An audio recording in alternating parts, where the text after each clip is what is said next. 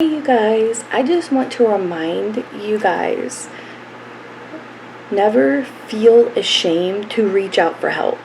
At the beginning of my videos and at the end are the national hotlines for self-harm and for substance abuse. They are there to help anybody who is ever feeling triggered or ever feeling a moment of weakness is overcoming them. Reach out for help. There's nothing wrong with it, and never let anyone tell you otherwise. Never let anyone make you feel weak. Never let anyone belittle you. Never let anyone tell you you are wrong for your feelings. Ever. Never let anyone make you feel bad for reaching out. You are not a waste of time. You are not wasting anyone's time. You are not disrupting anyone's life. That's why these numbers are available. They are here to help you. They are here for you. I hope everybody is having a good day, and I hope you enjoy the video.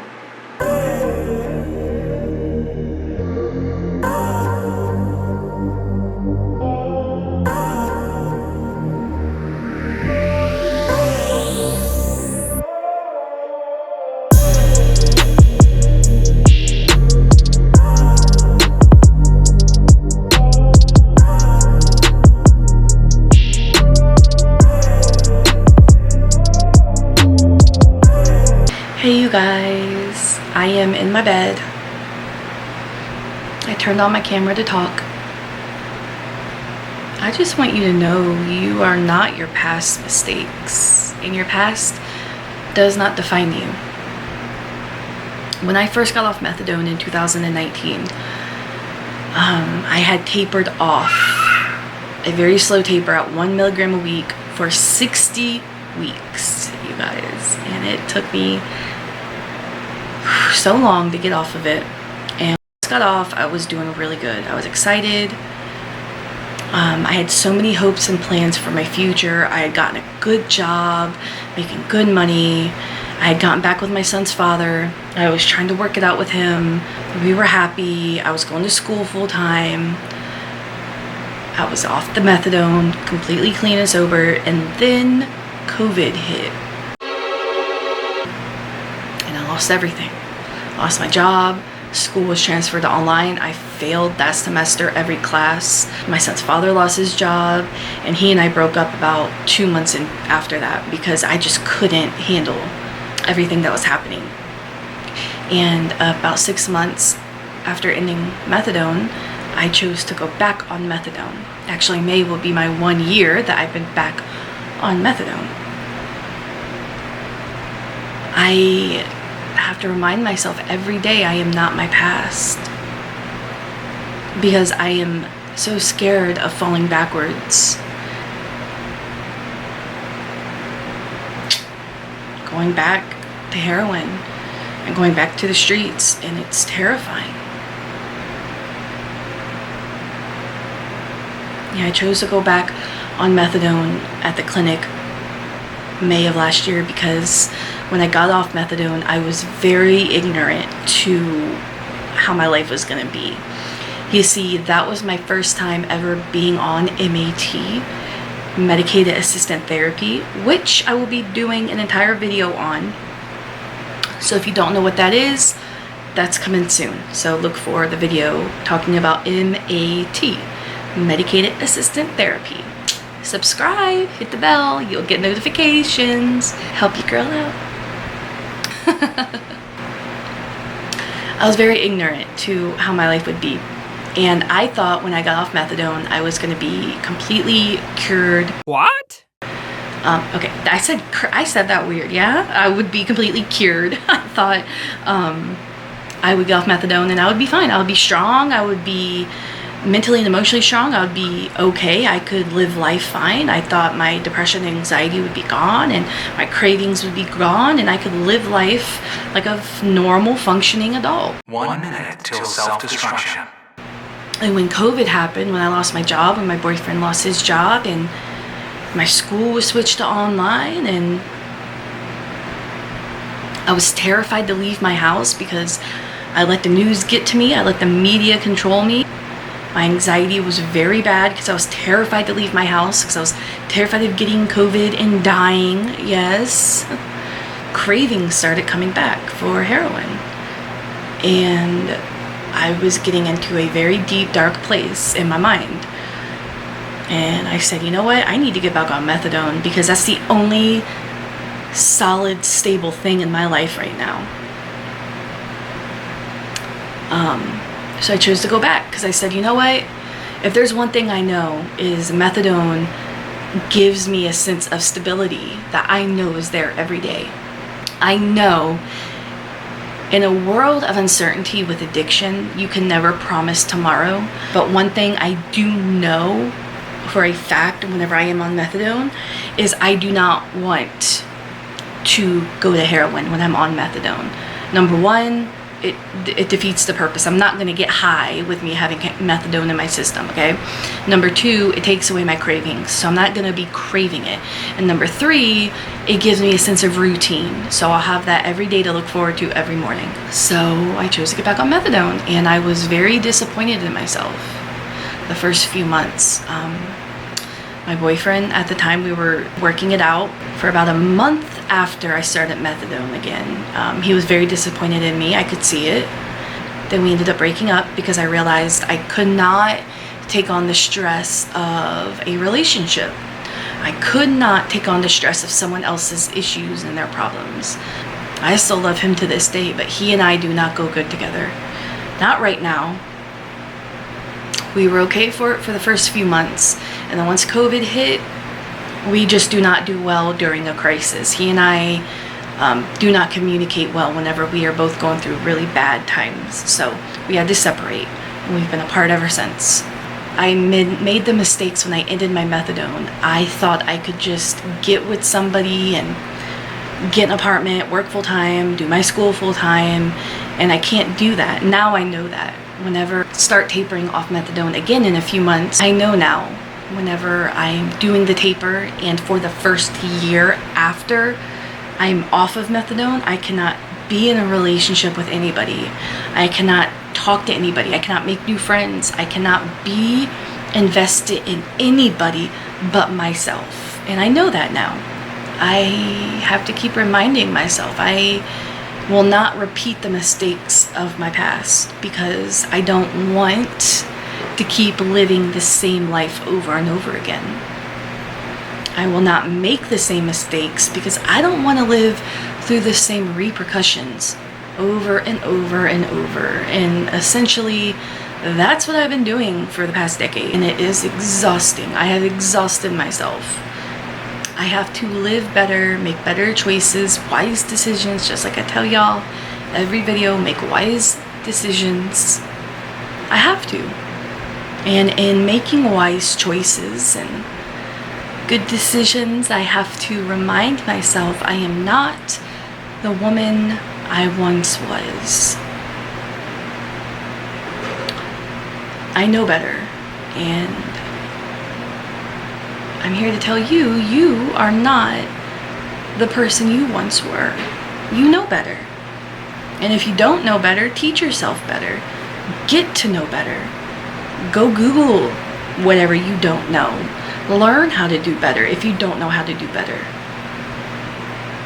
Because we can all be better. I don't care where you are in life. My favorite quote of all time is by Robert Frost. And 3 words I can sum up what I've learned about life. It goes on. And that is so true. It does not matter how low you are. It does not matter how low your rock bottom is. It does not matter how hard you hit your rock bottom. You can always go up. You can only go so low before you lose everything. The only thing left to lose is your life. But you can keep getting better as a person. You know, aside from the finances, aside from buying a house, buying a car, and filling it up with material items, you can always do better. You can always be better. And that's something we need to remind people, you know? Doesn't matter where you are in life. Doesn't matter how low you are, how bad your life is right now, how stressed you are. It doesn't matter about the bills that need to be paid. You can always be better. You can always do better. Do better for the people around you. Do better to the people around you. Help out a person on the side of the road today. Open a door for someone today. Someone drops something in front of you, bend over and pick it up. Here you go. Let someone go in front of you in traffic. Like, it doesn't even have to be anything with financial gain.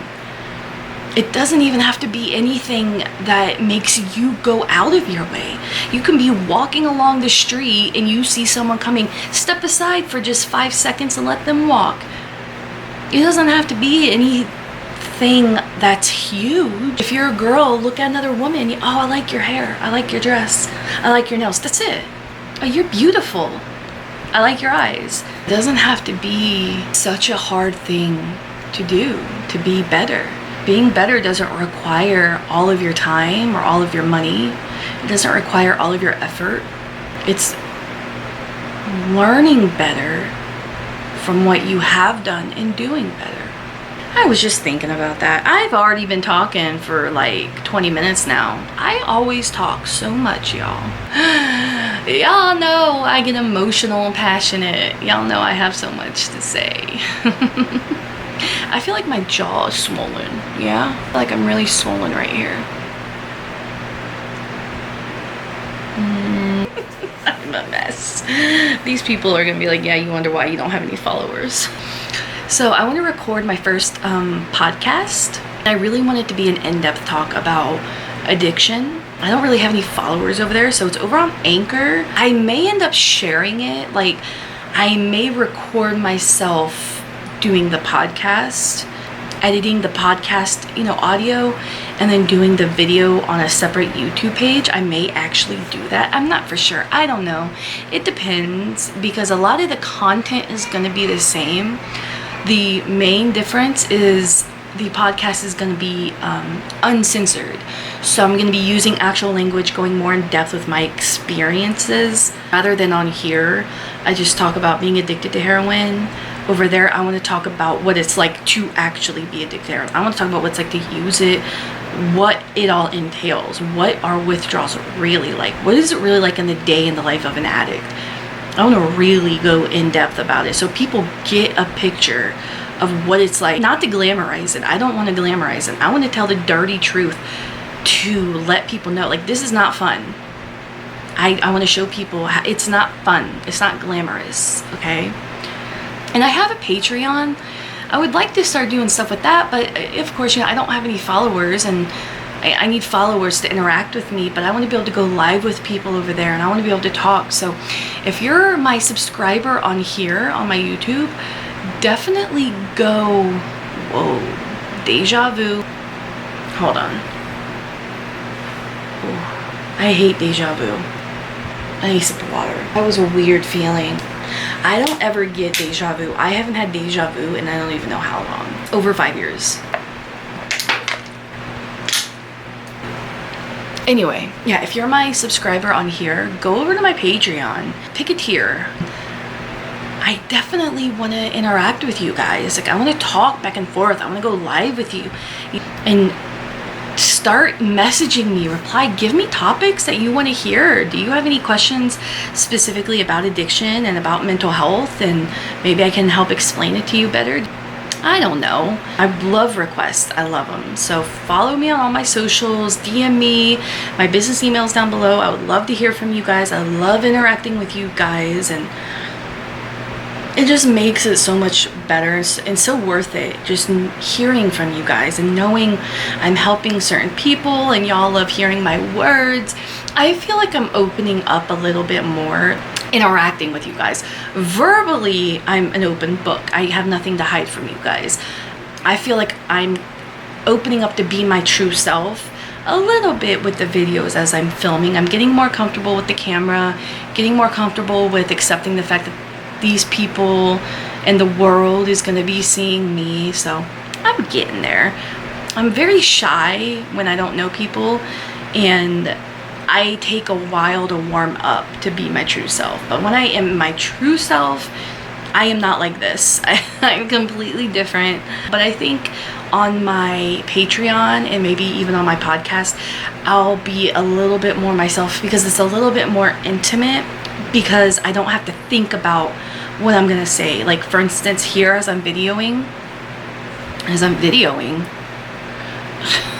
I'm recording, I have to actually think about what I'm gonna say, in the sense of I don't want to say certain words because I don't want my YouTube to be shut down. It's already probably never going to be monetized. I could go to 1 million subscribers in a week and I'll probably never get monetized because of the content I talk about. But if I say certain words, they'll hide my videos and they won't get pushed out and nobody will see it. It's not even about it getting pushed out for likes. I want people to use my videos to help them.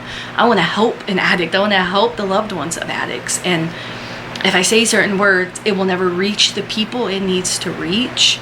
So that's why I have to be so censored here. And I still say a lot. I still open up a lot on this page and I'm still censoring it. So y'all can imagine what the uncensored versions of these videos are like. And that's what is going to be on my podcast and my Patreon. So anyway, I've rambled enough. Okay, y'all. This video is already going to be 30 minutes. I know it. I cannot make a video less than 30 minutes. I can't do it. I have too much to say, and I love you guys, and I want to help you guys. I can't help it. So, sorry. So, just remember, you are not your past mistakes, and even if you have to go through rehab or go through MAT or go through treatment 1, 2, 3, 4, 5, 18 times until you get strong enough to be stable on your own, it is okay. Because each time you go through it, you're learning something new. And as long as you're taking the new bits of information and applying them going forward, it's all right. Take your time to get better. Take your time to get healthy. It is okay. Okay, we live a long life, almost 100 years people be living. And it's okay to take a few years to slowly get healthy and stable. It is okay. Learn better, do better. You're not your mistakes, so don't make the same mistakes. Remember that. You are not your past mistakes, so don't make the same mistakes. All right. I love you guys. Make wise choices, make good decisions, and I'll see you next time.